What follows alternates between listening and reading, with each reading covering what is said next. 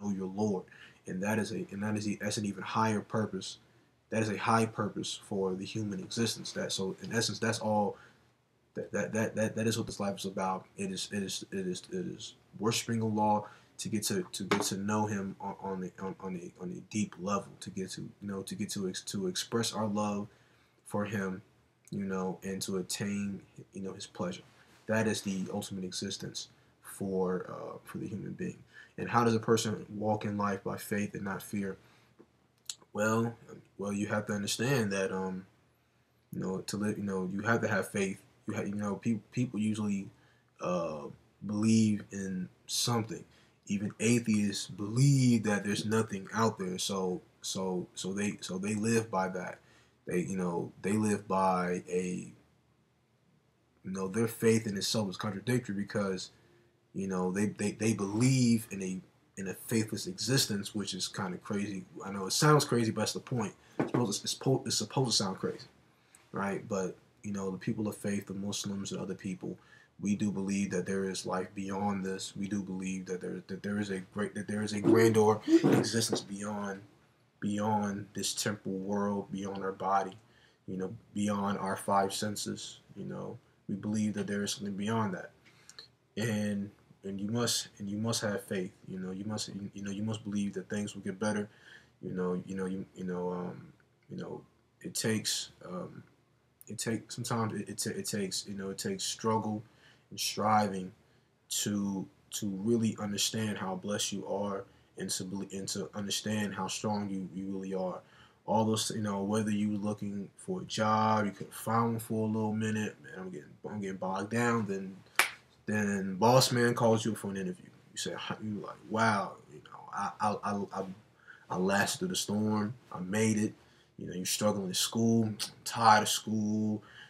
Teacher getting on my nerves. Next thing you know, you pop up with an A. This is Allah looking out for you. So have faith. Be God conscious. And really try to fulfill, the purpose of life, which is to worship and to know Allah on the deepest level possible. Next question: do you ever get scared that after this life, that's it? That there is nothing after this? If so, how have you coped with this feeling? Well, no, no, I don't. No, I don't. I don't. Even before I was Muslim, I always had a feeling that there was. Even before I was Muslim, I did have a feeling that there was always something after this existence. I mean, even Albert Einstein, I believe he said that proof of the fourth dimension proves that God exists. Something to that effect, right? Something to that effect that that there is something beyond this. It would just all make sense. I mean, if you just think about creation within itself, right? People talk about this Big Bang theory. The Big Bang theory is that there was a compressed ball of energy which exploded, and it pops the universe. It takes millions and billions of years, but everything is in some type of perfect order. That's that everything it just happens to be right where it is. The Earth is the Earth happened just to have oxygen over this time and all this stuff and blah blah blah. So the Big Bang theory is that everything's kind of happened by accident and everything just worked out. All right, which is kind of weird. Which is the fact that everything is so computed right. The way people grow, the way the environment functions. It's all just kind of happened. That's the Big Bang theory. The fact that the planets haven't collided with each other. Even though we are rotating around the sun, and the sun itself is in rotation itself around, throughout the galaxy. So these things haven't crashed. They say all is just like one big coincidence, which is like one out of, I don't even know. Scientifically, existence in itself is impossible. Scientifically, it's impossible. But that's what some people think is, that's their belief. But the Islamic, but the most logical belief would be that that there has to be some essence created all this in perfect harmony and perfect order, right? There had to be some type of chief architect to all this, because it's like, how did we get here? Like, how did that pop up? How did this pop up? Why are there so many galaxies? How did that happen? There's just the fact that all these galaxies exist, and and then some people even think that there could be even more than one universe, and that's another, mind-boggling statement that, you know, so we can keep going on and on and on. But the point of the matter is that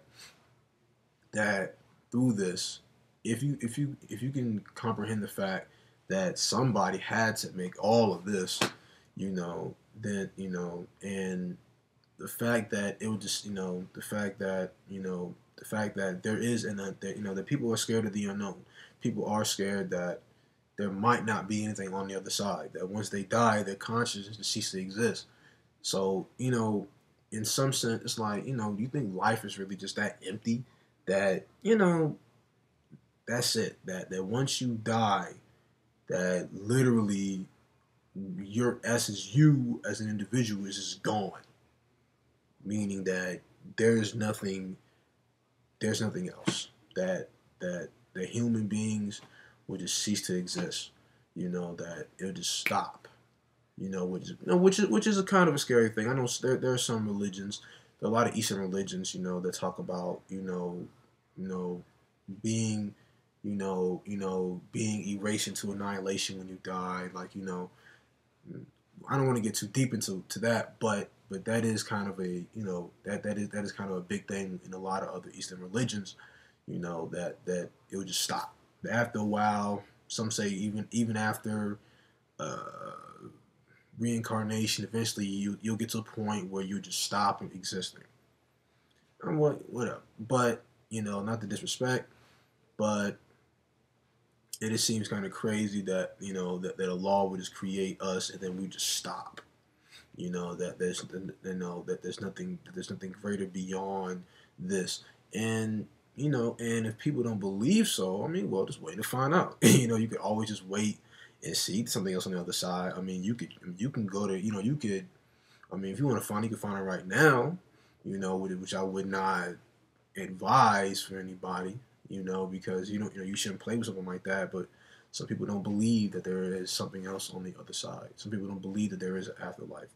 But Muslims and other people, especially those of us in the Abrahamic religions, so we're talking about the Christians and the Jewish as well, in other religions, they do believe that there is something on the other side, and they have faith that there is something else on the other side.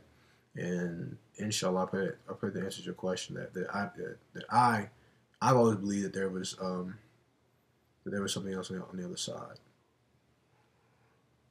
Next question: Is our bodies conscious and consciousness and awareness and how we interact with others the same in the afterlife as it is in this life? Is the afterlife just an extension of this, or is it totally different awareness, like a spirit life or something? Well, that's kind of an interesting statement, kind of an interesting question. In the Quran, Allah says that death and sleep are like cousins. So if not cousins, but they're like siblings. So they're like siblings.